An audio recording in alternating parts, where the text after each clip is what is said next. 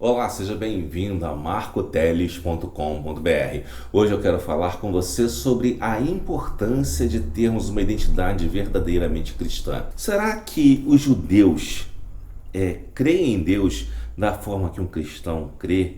Será que nós devemos nos aproximar tanto assim do judaísmo a tal ponto de tornar o cristianismo uma espécie de judaísmo de gentios, seja como for? Não devemos fazer isso. Nós devemos estar atentos para isso, porque muitas pessoas têm tentado trazer ao cristianismo uma característica quase que judaica. Trazem até alguns ritos judaicos, palavras judaicas, pensando que fazendo isso estão tendo um cristianismo melhor, um cristianismo superior, quando não é verdade. Muitos judeus, inclusive, dizem que, na verdade, Jesus não pode ser Deus, né? Segundo eles. Eles entram com argumentos lógicos para tentar questionar a sua fé. Questionam, por exemplo, a questão da Trindade, que nós realmente sabemos que não podemos explicar, porque até em Deuteronômio 6, 9, se não me engano, está escrito: as coisas reveladas pertencem aos homens, mas as encobertas pertencem a Deus que as criou. Ou seja, nós devemos estar atentos para saber que nem tudo somos capazes de saber.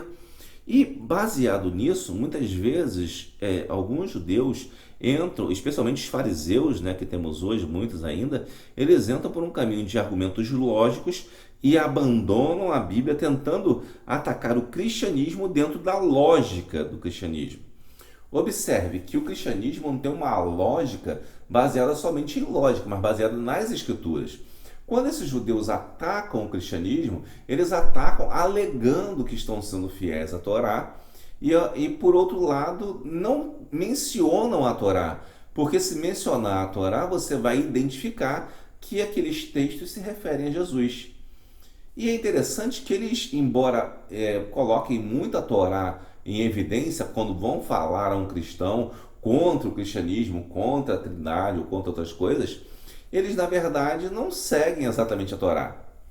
Na verdade, o judeu, especialmente o farisaico de modo geral, né, um judeu de modo geral, ele não segue exatamente a Torá, ele não pega lá o Pentateuco, Gênesis, Êxodo, Levítico, Números, Deuteronômio e lê e tira dali o seu conhecimento. Não, ele tem uma série de outros mestres, de outros livros que foram compilados, inclusive comentários, no Talmud, que é um livro de vários volumes, e ali eles têm interpretações várias e diversas para tentar explicar isto ou aquilo. Ou seja, 90% da religião judaica é baseada no Talmud, não na Bíblia, né? Num comentário feito da Bíblia e que não há uma garantia nem mesmo uma fidedignidade às próprias Escrituras.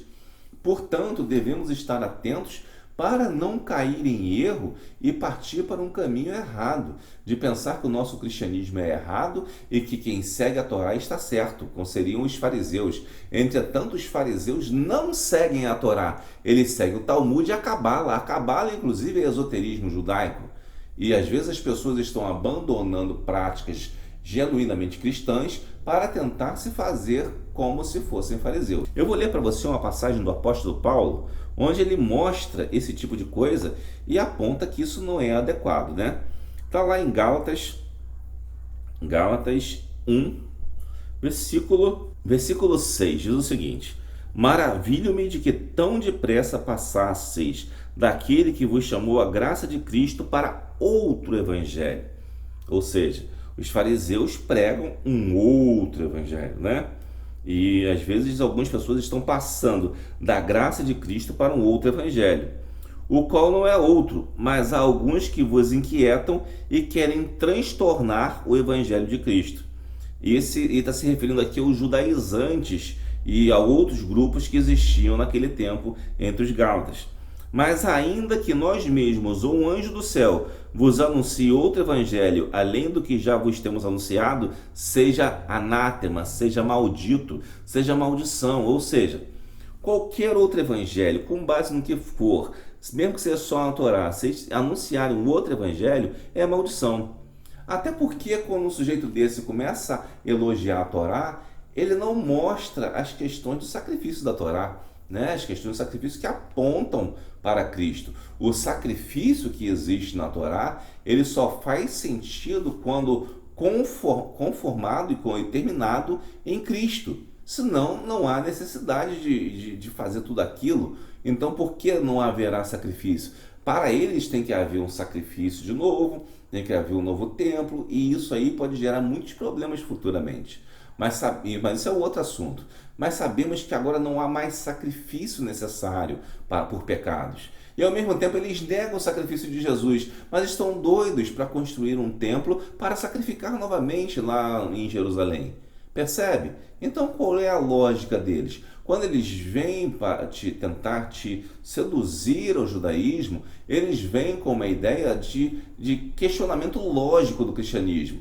Só que o cristianismo só pode ser questionado dentro das próprias escrituras. Se você pegar as escrituras e tentar questionar o cristianismo, vai ser difícil. O judaísmo precisa do Talmud, precisa da Cabalá e de outras coisas, de vários criadores de conteúdo lá dentro do Talmud para poder se justificar, ao passo que o cristianismo se justifica única e exclusivamente nas escrituras. Se o cristianismo se justifica única e exclusivamente nas escrituras, quem está mais certo? Quem é mais próximo das escrituras? Claro que é o cristianismo. Vamos ver o que Paulo continua nos dizendo. Ele disse ainda que, como eu falei para vocês, mesmo que um anjo do céu viesse, não dê ouvido para ele, se ele está ensinando outro evangelho. Não faça isso. E ainda mais se for um judeu, especialmente um fariseu. Não creia nisso, tá? Assim como já vos dissemos, agora de novo também vos digo. Se alguém vos anunciar outro evangelho, além do que já recebestes, seja anátema. Ou seja, Paulo diz 2 vezes, se você receber um outro evangelho, é maldição.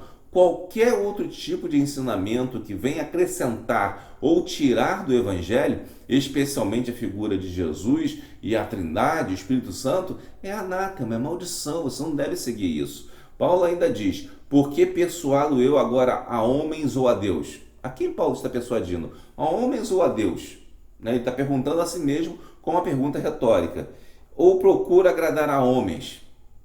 Será que Paulo procurava agradar a homens? Se ele procurasse agradar a homens, o que ele deveria fazer? Ele deveria continuar no judaísmo, porque ele era um judeu, como ele vai dizer aqui, que era um dos melhores judeus, né? Se eu estivesse ainda agradando os homens, não seria servo de Cristo. Paulo está dizendo que se ele quiser agradar aos homens, a lógica dos homens, ou até um certo poder financeiro dos homens, ele não estaria agradando a Cristo. Alguns cristãos estão se seduzindo pelo judaísmo simplesmente por questão financeira, porque simplesmente querem tentar ter algum contato com o judaísmo e poder ver se conseguem algum retorno financeiro. Não pode ser assim. Devemos confiar em Cristo e não nessas coisas que falam por aí estranhamente, seguindo ideias erradas. Paulo ainda continua dizendo, porque não recebi nem aprendi de homem algum o que ele sabia de Cristo, mas pela revelação de Jesus Cristo, ou seja, Cristo revelou a ele. Em quanto tempo? Só lá no caminho de Damasco? Não, ele vai continuar dizendo aqui que ele esteve com Cristo revelando a ele. Depois de uns 3 anos, pelo menos, ele esteve ali retirado, aprendendo a palavra de Deus por revelação de Jesus Cristo. Ou seja, não foram só os outros 11 apóstolos que andaram com Jesus por 3 anos. Paulo também. Vamos ver aqui? Porque já ouviste qual foi antigamente a minha conduta no judaísmo, como sobremaneira perseguia a igreja de Deus. Ou seja, Paulo era perseguidor do evangelho. E ele diz o seguinte, ele assolava a igreja. E na minha nação excedia em judaísmo a muitos da minha idade, sendo extremamente zeloso nas tradições de meus pais. Ou seja, Paulo era extremamente zeloso no judaísmo e por isso mesmo ele era valorizado como judeu. Então, se ele quisesse agradar a homens, ele não estaria no cristianismo, ele voltaria para o judaísmo. Isso que ele faria. Mas ele não quer agradar a homens. Mas quando aprouve a Deus, continua Paulo, que desde o ventre da minha mãe me separou e me chamou pela sua graça, revelar seu filho em mim, para que eu pregasse aos gentios, não consultei carne nem sangue. Ou seja, Paulo não foi consultar um rabino, não foi consultar nem mesmo um pastor. Ele foi consultar o próprio Cristo. Nem tornei a Jerusalém a ter com que antes de mim eram apóstolos, mas parti para a Arábia e voltei outra vez a Damasco. Está vendo o que Paulo fez? Ele foi para Damasco, foi para a Arábia, onde ele tinha encontrado Jesus. Ele não foi nem procurar os apóstolos. ele foi se preparar com o próprio Cristo. Depois de passados 3 anos, lembra que eu falei para você? 3 anos fui a Jerusalém para ver a Pedro e fiquei com ele 15 dias. Ou seja, depois de Paulo estar com Jesus 3 anos recebendo revelação de Cristo, ele foi até Pedro. Ao passo que Pedro, Tiago, João e outros apóstolos estiveram com Jesus, andando com Jesus 3 anos, Paulo teve 3 anos de revelação do próprio Cristo também. Ela não é narrada em detalhes, porque não havia necessidade para narrar isso. Mas Paulo afirma que ele teve essa revelação. Assim como nós também temos essa revelação que foi dada a Paulo através das epístolas que ele escreveu. Percebe? Paulo escreveu várias epístolas e aqui ele narra o que ele aprendeu de Jesus. E pode-se dizer que a maior parte do Novo Testamento é escrita por Paulo, um judeu convertido ao cristianismo, né? Que não tinha esse nome propriamente cristianismo na época, mas que reconhece que ele era necessitado de Cristo e que ele não deveria estar sujeito ao próprio judaísmo. Ainda tem outra aqui, continuando no versículo 20. Ora, acerca do que vos escrevo, eis que diante de Deus testifico, que não minto. Depois fui para as partes da Síria e da Cilícia, e não era conhecido de vista das igrejas da Judéia que estavam em Cristo, mas somente tinha ouvido dizer, aquele que já nos perseguiu anuncia agora a fé que antes destruía. Ora, o que devemos fazer então, no momento em que judeus de repente tentam converter cristãos ao judaísmo através de apenas argumentos lógicos e fugindo das escrituras propriamente dito? O que devemos fazer? Nós devemos amar os judeus. Isso que devemos fazer. Porque os judeus, eles foram o povo que Deus usou para trazer a palavra de Deus para nós. E jamais devemos ser contra os judeus. Devemos amar os judeus, sim. Entretanto, amar o povo judaico não significa se tornar membro do judaísmo, da religião judaica. Veja bem, o povo é uma coisa, a religião é outra. Não confunda o seu amor necessário e, digamos assim, um mandamento de Deus pelo povo de Israel com uma espécie de adoração ao povo de Israel. Não faça isso. Nós devemos amar o povo como nação, porque Deus os abençoa e quem abençoa Israel também é abençoado. Mas jamais devemos querer nos tornar fariseus que negaram a Cristo. Você pode lembrar que os fariseus, no momento da crucificação, quando Pilatos estava julgando a Jesus, o que eles disseram? Os fariseus disseram, caia sobre nós e nossos filhos o sangue de Jesus. Ou seja, a culpa pelo sangue de Jesus, eles pediram para cair sobre eles e seus filhos. Percebe? Eles pediram maldição sobre sua própria descendência.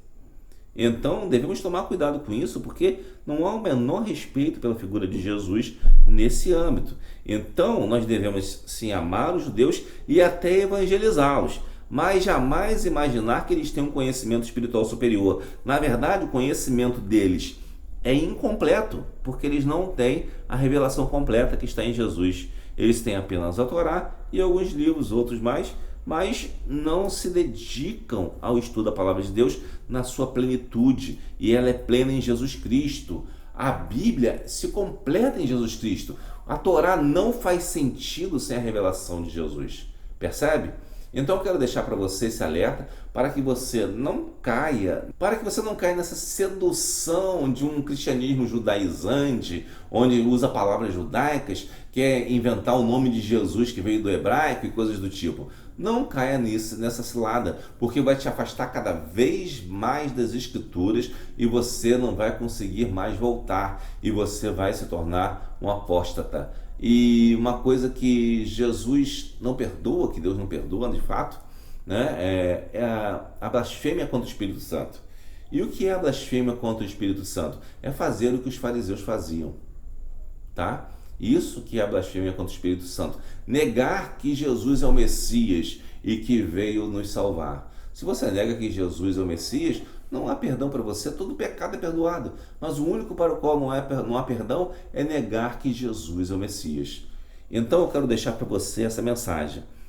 Compreenda o papel de um cristão. O papel de um cristão não é simplesmente se tornar um idólatra de um povo, mas simplesmente amar esse povo e ajudar esse povo como nação e não se tornar um idólatra como se eles tivessem um QI especial em termos religiosos. Não caia nessa, porque isso é idolatria e isso não agrada a Deus.